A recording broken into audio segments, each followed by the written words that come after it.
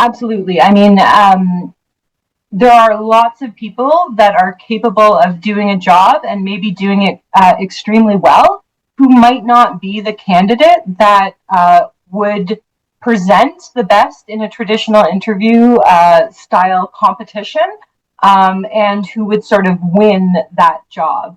Yet they might be perfectly capable of doing all the functions of the job. And in fact, they might do the job better than somebody who presents well in an interview. So I think we have to ask ourselves, are we looking to hire the person who, can have the best interview, or are we looking to hire the person who can do the job really well? So that's one question. And that doesn't even, that's just talking about sort of traditional interview processes. But when we layer in, the use of technology and wow, like the use of AI in the recruitment process, it really, it does become more narrow. And so some folks who, again, really, really capable candidates, actually maybe even some folks that would interview well, might be screened out because perhaps they have an employment gap on their resume. Perhaps they've been on disability for most of their adult life, and they're only now at a point where employment is an option for them.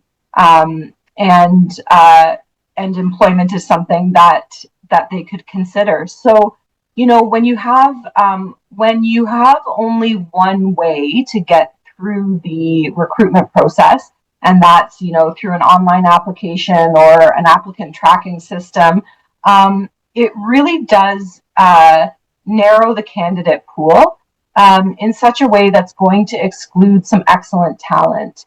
And I'd like to believe, I give people the benefit of the doubt, that it's not necessarily an employer's intent to screen out capable candidates, especially those with disabilities, but it's the impact, right? Often that's the impact of these recruitment processes. So really, I think employers could benefit from widening the scope a little bit and making sure that there's more than one way to find your way to an interview or to an opportunity to show that you have the skills for the job.